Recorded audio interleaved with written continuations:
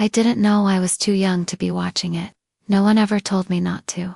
It was just on, late enough to feel different, early enough that I was still awake. The room was darker than usual, the rest of the house quieter, and that alone made everything feel heavier. The opening music always did something to me. It wasn't loud, but it stayed. It crept in slowly and settled in my chest before I could decide how I felt about it.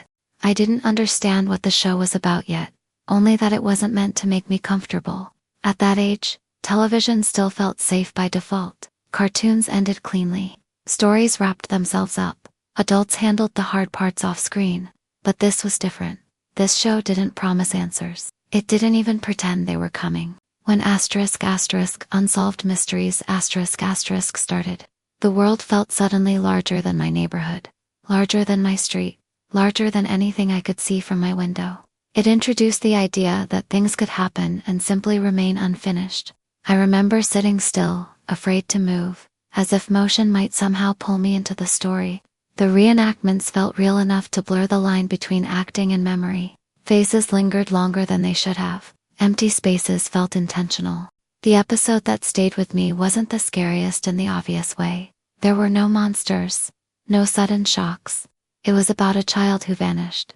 No explanation, no conclusion. Just a family left behind, waiting. At the time, I didn't fully grasp what disappearance meant. I knew the word, but not its weight. I didn't understand how someone could be there one moment and gone the next, without leaving anything behind that made sense. What I felt instead was something quieter and deeper. A crack in the idea that the world was predictable. A question that didn't have a place to land. The show didn't tell me what to think. It just left the door open. When the episode ended, nothing resolved. The music faded. The screen changed. But the feeling didn't leave with it. It stayed in the room, in the corners, in the silence that followed. I went to bed that night without saying anything. I didn't tell anyone it had scared me. I didn't know how to explain what I felt. I only knew that something had shifted, and that the world felt different than it had an hour earlier. I didn't know then that this was the first time something from the television would follow me after it was turned off. I only knew that sleep came slower, and that the dark felt more aware than it had before. Part 2 The next day. Everything looked the same, but it didn't feel the same. The street was still there. The houses hadn't moved.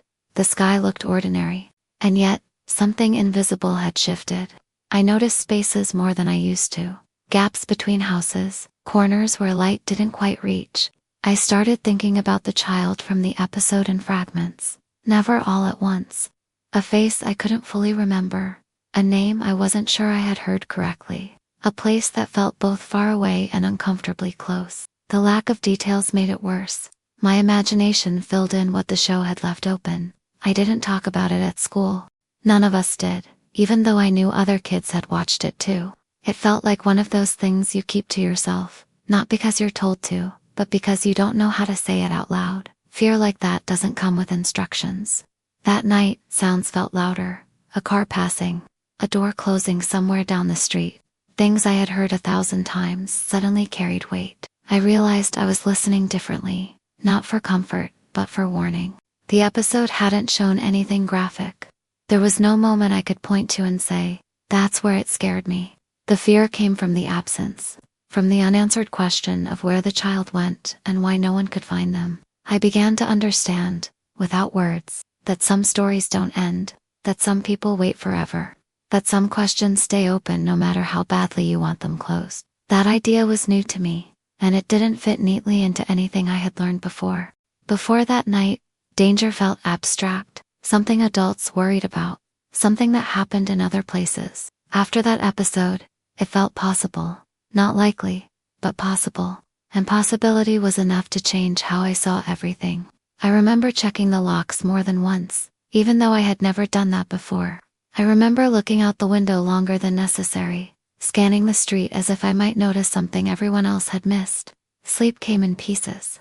I drifted off and woke up again, caught between dreams and thoughts that felt too real to be dreams. The child from the episode didn't appear clearly. It was more a feeling than an image, a presence without form. I didn't know it then, but something important had happened. A boundary had been crossed, quietly and without permission. The world had introduced itself in a new way, and I didn't yet know how to unlearn it. What scared me most wasn't the story itself. It was the realization that not everything gets explained, and that sometimes adults don't have answers either. In the days that followed, the memory didn't fade the way other television moments did. It didn't shrink into something distant or exaggerated. Instead, it settled into my routine, showing up at unexpected times, like when I walked home or waited for someone who was late. Ordinary moments began to carry a quiet edge. I became more aware of distance, how far the next house was, how long it took to get from one place to another. I started noticing how quickly someone could be out of sight. The world felt less contained, less watched over, as if supervision had limits I hadn't known existed. I paid closer attention to adults after that, not to what they said, but to what they didn't.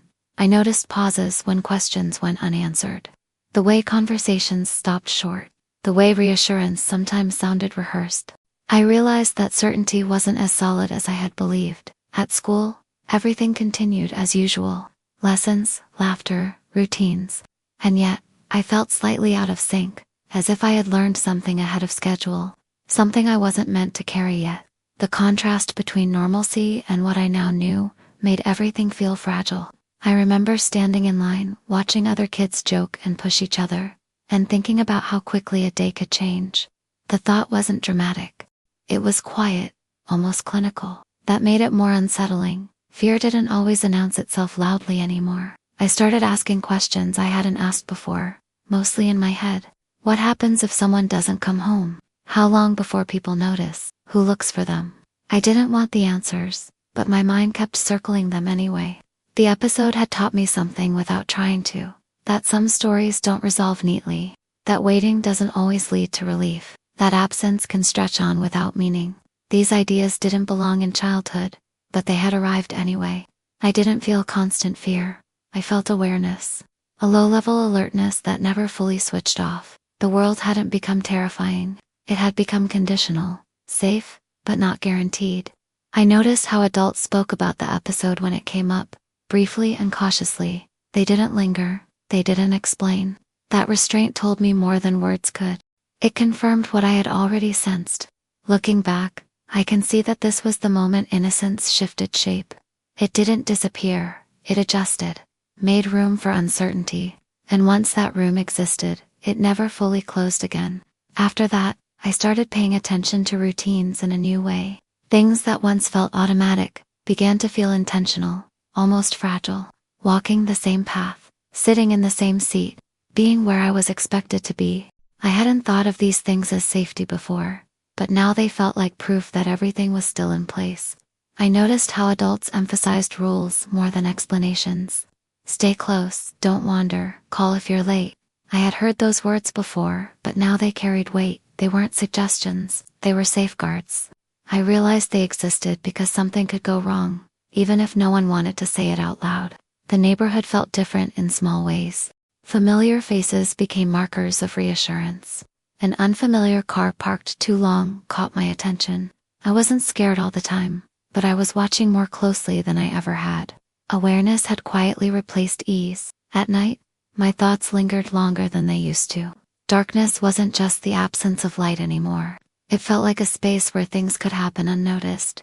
I listened for sounds with more intention, separating the familiar from the unfamiliar, trying to decide what mattered. I didn't talk to my parents about any of this, not because I thought they wouldn't care, but because I didn't know how to frame it. How do you explain that a television show didn't just scare you, but rearranged how the world makes sense? At school, I noticed how quickly kids disappeared into groups and then reappeared. How easily someone could slip away without anyone noticing right away. That realization stayed with me, not as panic, but as a quiet calculation. I began to understand that safety wasn't a constant state. It was something maintained through attention, presence, and chance. That was a heavy thing to learn without guidance, but once learned, it couldn't be undone. The episode itself faded in detail, but its impact didn't. I couldn't recall the exact scenes anymore, but the feeling they created remained intact. Fear had transformed into awareness, and awareness into something permanent. I didn't yet know that this shift would follow me into adulthood, that it would shape how I assess risk, how I read situations, how I move through unfamiliar spaces.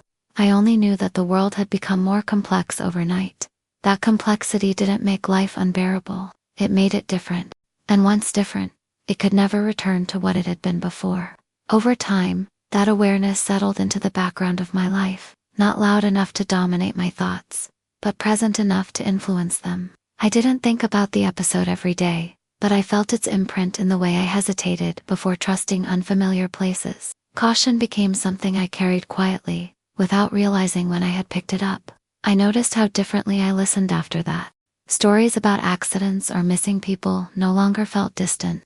They felt connected, threaded into the same fabric as my own routines.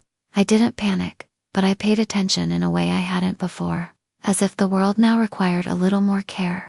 I began to understand that fear doesn't always arrive as terror. Sometimes it arrives as calculation, as a subtle adjustment in how you move, where you stand, who you watch.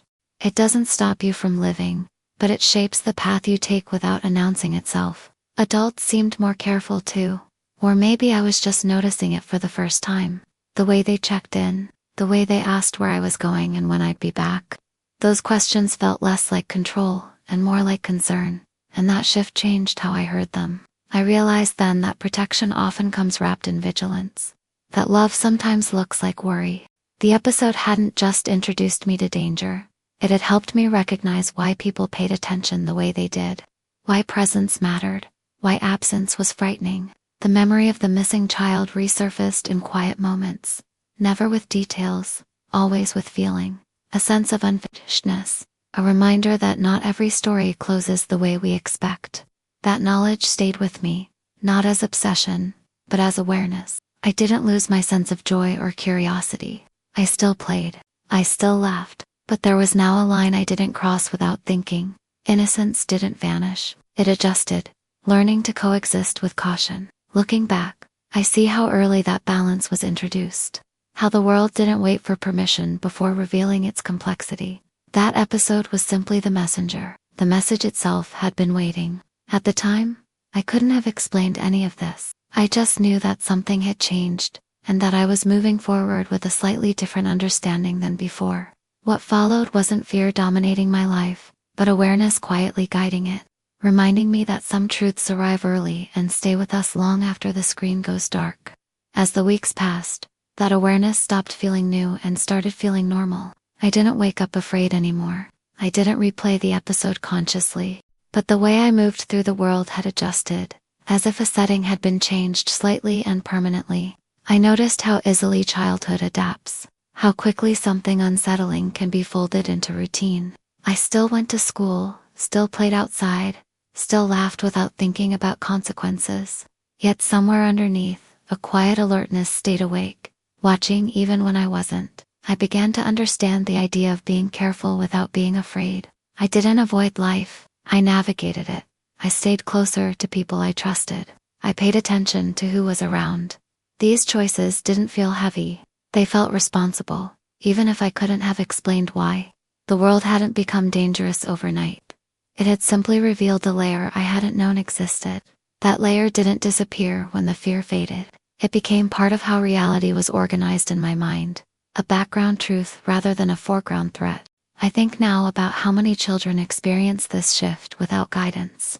How often awareness arrives before language. You feel something change long before you can name it, and so you carry it silently, assuming everyone else feels the same way. That silence shaped me. I learned to keep certain thoughts to myself, to process internally, to observe before reacting.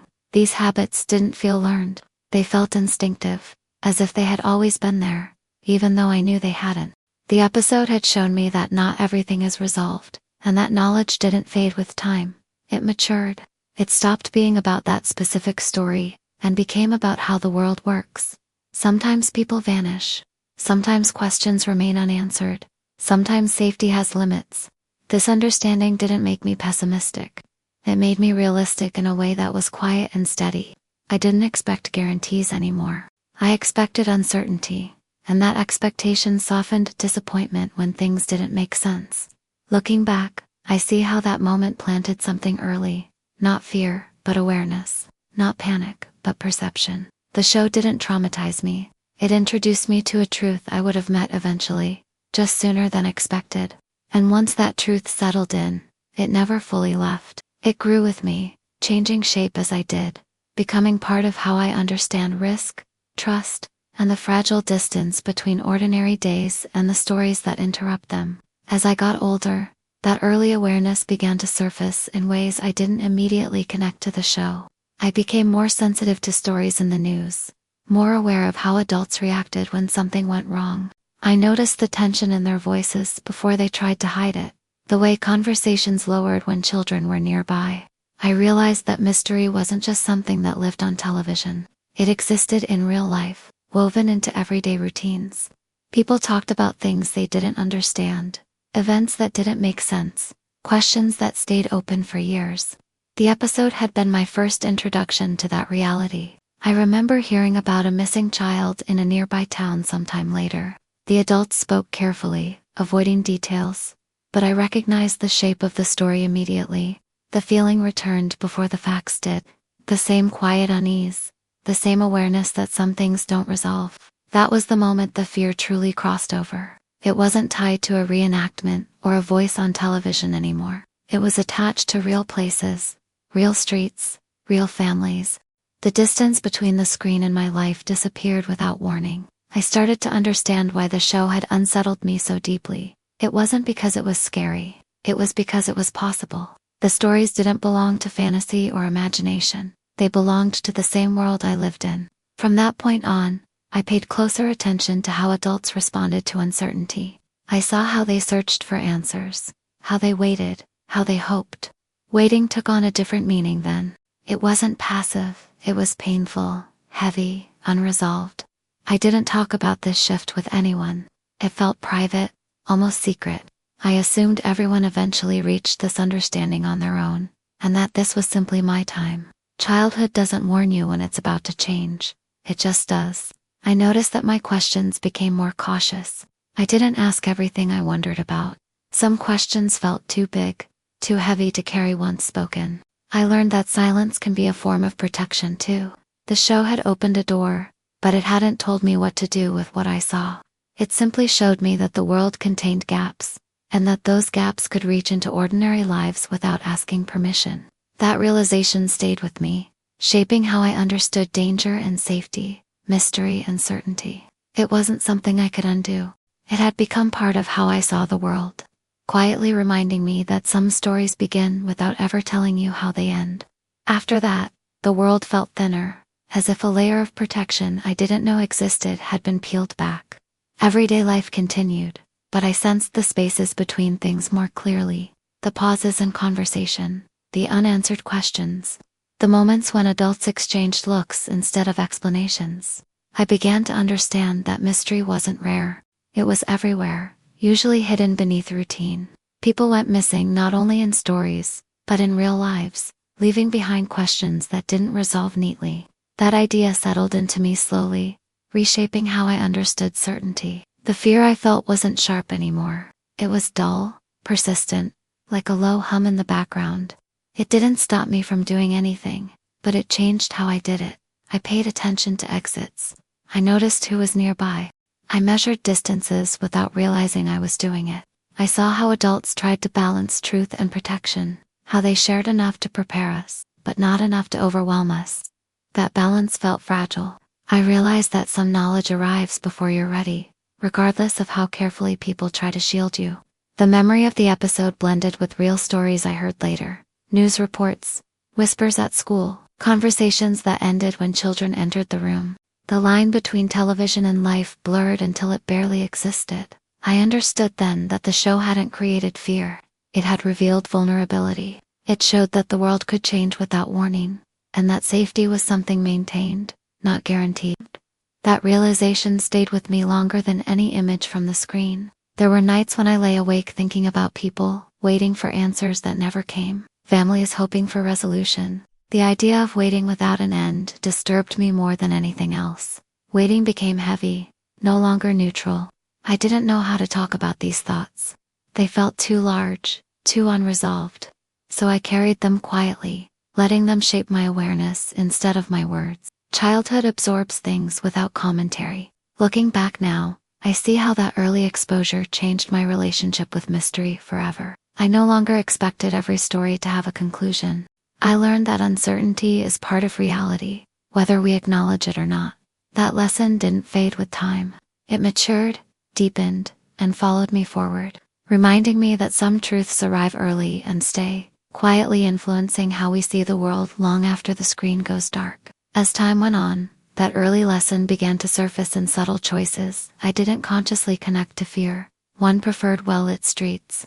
I noticed patterns in people's routines. I felt more comfortable when plans were clear, when someone knew where I was supposed to be. None of it felt dramatic. It felt sensible. I learned to trust instincts without fully understanding them. A feeling that told me to leave a place sooner than planned. A hesitation that made me wait before following someone. Those instincts didn't come from paranoia. They came from awareness shaped quietly, long before I could name it. I realized that the episode hadn't just shown me something frightening.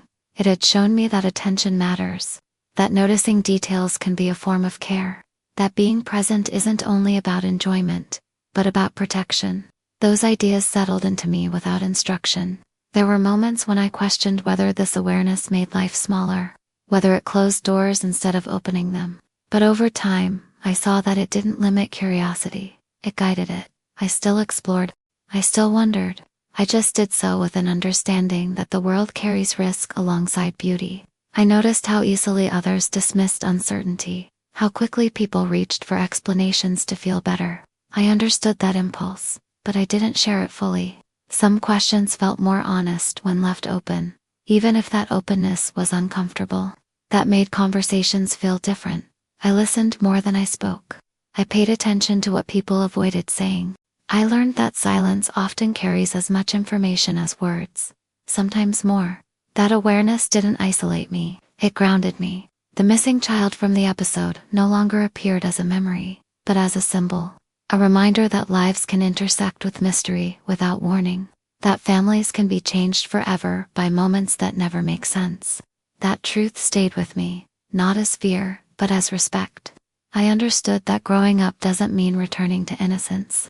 It means learning how to carry knowledge without letting it harden you. The show had introduced me to the world's fragility, but it hadn't taken away my capacity for empathy or care. In many ways, that early exposure made me more attentive to others, more aware of absence, more sensitive to when someone didn't show up, didn't call, didn't return. Mystery taught me to notice what wasn't there as much as what was. Looking back, I see how that single episode expanded my understanding of reality. Not by overwhelming me, but by introducing a truth I would spend years learning how to hold. A truth that shaped me quietly, steadily, and without ever asking permission. As adolescence arrived, that awareness blended into a broader understanding of the world. News stories felt heavier than they used to. Headlines about disappearances or unresolved cases didn't register as distant events. They felt connected, part of the same thread that had begun years earlier in a dark room with the television on. I noticed how adults reacted when those stories appeared. The way they lowered their voices. The way they spoke in fragments. The way concern lingered even after the conversation moved on. I understood then that fear wasn't always loud. Sometimes it lived quietly, carried forward without needing to be named. The mystery from that episode no longer scared me directly. Instead, it sharpened my perception. I paid attention to patterns, to changes, to things that felt slightly out of place. Awareness had become a habit, something woven into how I observed the world rather than how I reacted to it. There were moments when I missed the simplicity I'd had before, when danger felt abstract and stories ended cleanly. But that simplicity didn't return. Once you understand that some questions stay unanswered, the world rearranges itself around that truth. I also noticed how differently people cope with uncertainty. Some fill the gaps with explanations. Others avoid the topic altogether. I learned to sit with the not knowing, even when it was uncomfortable. That skill didn't come naturally. It grew from years of carrying an unanswered story quietly. The memory of that missing child evolved into empathy. I thought about families waiting without closure, about time passing without relief. The weight of waiting felt real to me in a way it hadn't before. Waiting was no longer neutral. It was charged with hope and exhaustion. I didn't seek out mystery shows after that. I didn't need to. Reality offered enough reminders, but the tone of that program stayed with me, influencing how I processed information, how I absorbed stories that didn't resolve neatly. As I grew older, I realized that awareness doesn't always protect you from pain. What it can do is help you recognize it, respond to it with care, and avoid pretending it doesn't exist. That realization shaped how I related to both fear and compassion. The episode had stopped being about television a long time ago. It had become a reference point, a quiet lesson about how fragile certainty can be. That lesson didn't make life darker. It made it more honest. And honesty, I learned, has a weight of its own. A weight that stays with you, guiding how you listen, how you notice, and how you move through a world where not every story is meant to end cleanly. As adulthood settled in, that early awareness revealed itself in unexpected ways. I found myself more attentive to details others overlooked, more sensitive to shifts in tone, more aware when something felt unfinished. It wasn't fear driving this attention. It was memory, working quietly in the background. I noticed how often people wanted closure, even when none existed, how quickly they moved on once a story stopped appearing in the news. I understood that impulse, but I couldn't share it fully. Some stories stayed with me, especially the ones without endings. The idea of disappearance had changed for me. It wasn't abstract or sensational. It was human. It meant rooms left untouched, routines interrupted, lives continuing around an absence that never explained itself. That understanding deepened my empathy in ways I didn't recognize at first. I became careful with assumptions, careful with certainty. I learned that confidence can be comforting, but it isn't always honest.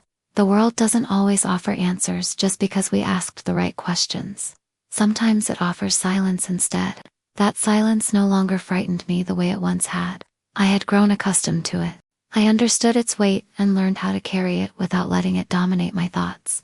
Awareness had matured into acceptance, quiet and steady. I realized that the episode had given me something rare, an early understanding of ambiguity. It had taught me that not knowing is part of being human, and that unresolved stories don't lose their importance just because time passes. This understanding shaped how I listened to others. I didn't rush people toward conclusions. I allowed space for uncertainty, for pauses, for things left unsaid. I knew from experience that meaning doesn't always arrive neatly wrapped. There were moments when I felt grateful for that lesson, even if it arrived earlier than necessary. It had prepared me for a world that often avoids complexity. It gave me patience where others reached for answers too quickly. The memory of that night no longer felt heavy. It felt instructive, a quiet guide reminding me that some truths don't demand resolution to matter. They demand attention, respect, and time. In that way, the episode followed me into adulthood, not as fear, but as understanding. A reminder that the world is larger, more fragile, and more mysterious than we realize, and that learning to live with that mystery is part of growing up. Looking back now, I can see how quietly that moment rewired my sense of safety. Not in a way that made me anxious, but in a way that made me attentive. I learned early that safety isn't something you assume forever. It's something you notice when it's present, and miss when it's gone. I began to understand that childhood doesn't end all at once. It thins. It stretches. One realization at a time. It makes room for truths that don't fit neatly beside cartoons and simple stories. That episode was one of those moments, a small fracture that let reality seep in. I thought about how many children encountered the same thing, sitting in different houses, in different states, watching the same program, feeling that same quiet shift. None of us talked about it, but many of us carried it forward in similar ways. The fear itself faded long ago. What remained was perspective, a sense that the world holds both care and risk at the same time, that you can be loved and still be vulnerable, that ordinary days can exist alongside unanswered questions. I noticed how this awareness shaped my compassion. I felt differently about stories of loss, of waiting, of absence. I didn't consume them as entertainment. I felt the human weight beneath them, the lives continuing without resolution. That understanding also made me more protective of innocence, not by hiding truth, but by being mindful of how and when it's introduced. I realized that timing matters, that knowledge carries weight, and weight is easier to carry when you're ready. The episode hadn't intended to teach me this.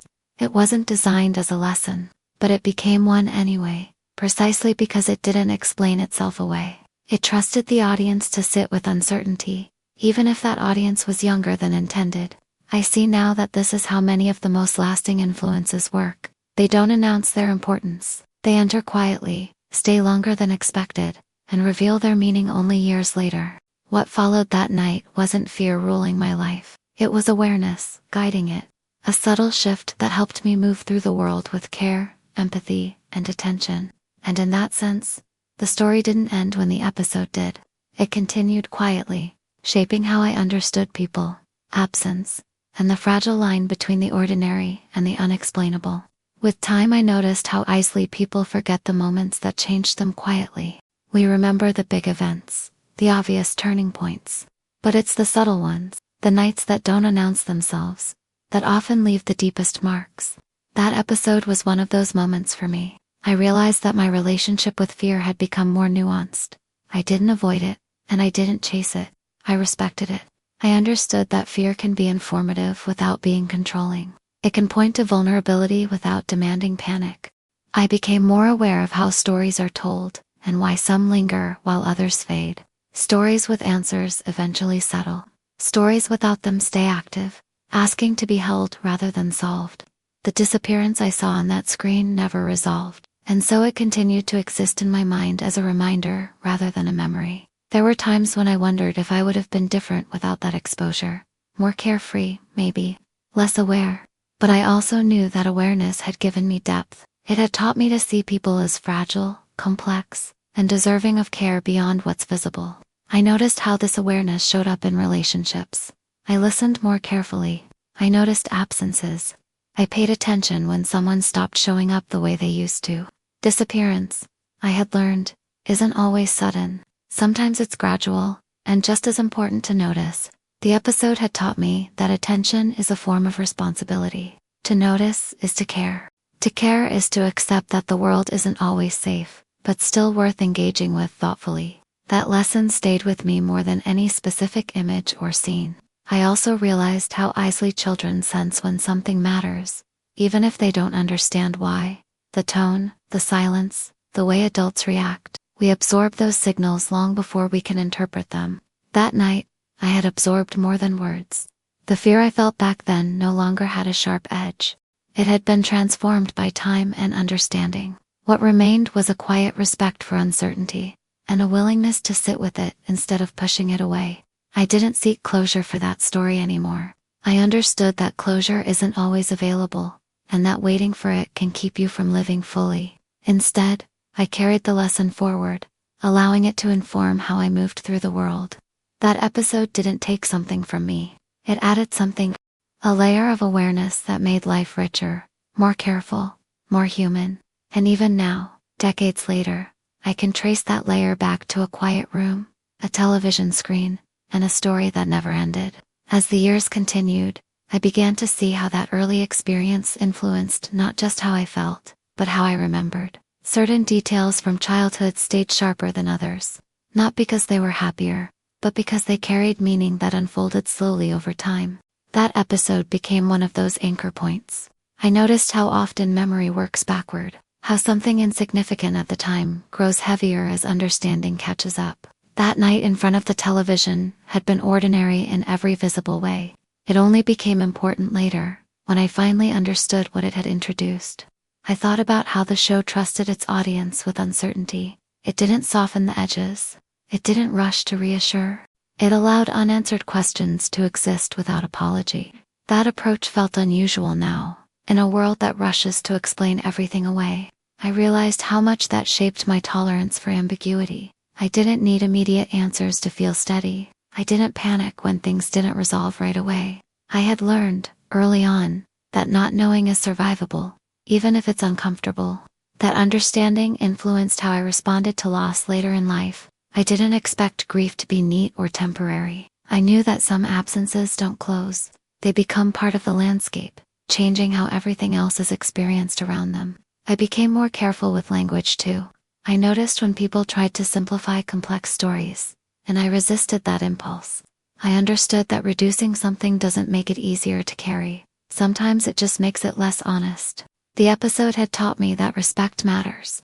respect for the unknown, respect for the people waiting, respect for the weight of unanswered questions.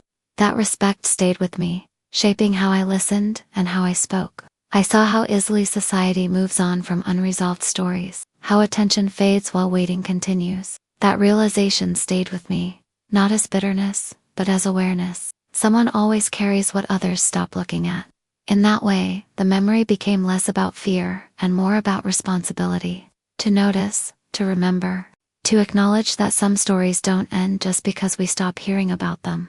That shift changed how I understood empathy. It wasn't just feeling for others in moments of clarity. It was staying present in moments of uncertainty, even when nothing could be fixed. Looking back, I can see how that lesson settled in quietly, shaping who I became. Not by overwhelming me, but by teaching me that some truths ask only to be held, not resolved. What surprised me most, as I grew older, was how rarely that memory announced itself. It didn't come back as fear, or even as a clear recollection. It surfaced as instinct, as a pause before assuming, as a moment of attention when something felt slightly off. I realized that awareness, once learned, doesn't need to stay loud to be active. It works quietly, guiding decisions without demanding credit. I didn't think about that episode when I chose to double-check, to stay longer, to notice what others might miss, but it was there, shaping those choices all the same. There were times when I wished I could return to that earlier simplicity, to a world where stories ended cleanly and danger felt distant. But I also knew that version of the world had never truly existed. I had simply not seen it yet. The show hadn't broken innocence. It had revealed reality. I understood then that childhood isn't defined by ignorance, but by gradual knowing. We don't lose innocence all at once. We trade pieces of it for understanding, often without realizing what the exchange costs until much later. The disappearance from that episode no longer felt personal, but it still mattered. It reminded me that behind every unresolved story is a life paused in mid-sentence, a family waiting, time moving forward without answers. That awareness stayed with me, shaping how seriously I took absence. I noticed how the world around me preferred certainty, even when it wasn't earned. How uncomfortable people became when answers didn't arrive. I learned to sit with that discomfort, to respect it rather than rush past it. Some truths need space more than explanation. That patience influenced how I listened to others. I didn't push for conclusions. I allowed stories to unfold at their own pace, even when they circled instead of resolving. I understood that meaning doesn't always arrive neatly. The show had given me an early lesson in restraint, in listening without interrupting, in acknowledging what can't be fixed. Those lessons didn't feel heavy anymore. They felt necessary. Looking back, I see how that single episode shaped not just my fears, but my care. It taught me to notice, to remember, to treat uncertainty with respect rather than avoidance. And even now, when a story doesn't end, when a question stays open longer than expected, I recognize the feeling, not as fear, but as familiarity. A reminder of the night when I first learned that some things follow you, not to frighten you, but to teach you how to see. As adulthood continued, I realized how often that early lesson surfaced during moments of quiet responsibility. When someone was late and no one knew why. When a message went unanswered longer than expected. When absence lingered just long enough to feel noticeable. My mind didn't jump to conclusions, but it didn't dismiss the feeling either. I learned to respect that pause, the space between knowing and not knowing. Many people rush to fill it with explanations to ease discomfort. I learned to let it exist. That ability didn't make uncertainty easier, but it made it honest. It allowed reality to be what it was, without forcing it into something more comforting. There were times when this sensitivity felt like a burden. Awareness can be tiring when the world prefers speed and certainty. But over time, I understood that this attentiveness was not weakness. It was care in its quietest form. To notice is to value. To remember is to honor. I saw how easily people move on from unresolved stories. How attention fades once something stops being new. That tendency never sat well with me. I carried a different rhythm, one that stayed longer, one that remembered even when others forgot. The episode had taught me that disappearance isn't dramatic for those living through it. It's slow, it's waiting, it's ordinary days stacked on top of unanswered questions. That understanding changed how I related to loss, not as an event, but as a process without a clear end. I noticed that my empathy had grown sharper, not softer. I didn't look away from uncomfortable truths. I didn't demand closure where none existed. I learned that being present with uncertainty is sometimes the most respectful thing you can do. This awareness shaped how I showed up for people. I didn't rush them through grief or confusion. I allowed pauses. I listened without trying to solve. Those habits weren't taught to me explicitly. They were absorbed, long ago, in front of a television screen. The show had never told me what to feel. It had simply shown me that some stories remain unfinished. That lesson followed me into adulthood, quietly guiding how I handled complexity, ambiguity, and silence. What once felt unsettling now felt grounding. I understood that not knowing doesn't mean not caring. Often it means caring enough to stay with the question, and in that way, the story continued. Not as fear, but as a deeper capacity to witness, to hold space, and to remain attentive in a world that rarely slows down long enough to do the same. There came a moment when I realized I no longer remembered the details of the episode clearly. The names were gone. The images had softened. What remained was the feeling, intact and recognizable, that told me something important. The story itself had never been the point. The imprint had been. I understood then that memory doesn't preserve facts equally. It keeps what mattered to our nervous system, not what mattered to the plot. What stayed with me wasn't what happened to that child, but what happened to my sense of certainty when I learned that some disappearances don't resolve. That understanding changed how I thought about influence. It isn't always about information or intention. Sometimes it's about timing, about encountering something before you have the tools to fully process it, and carrying it forward until you do. I noticed how often people underestimate what children can feel. They assume that if something isn't explained, it isn't absorbed. But children absorb tone, silence, and absence with remarkable accuracy. That night, I absorbed all three.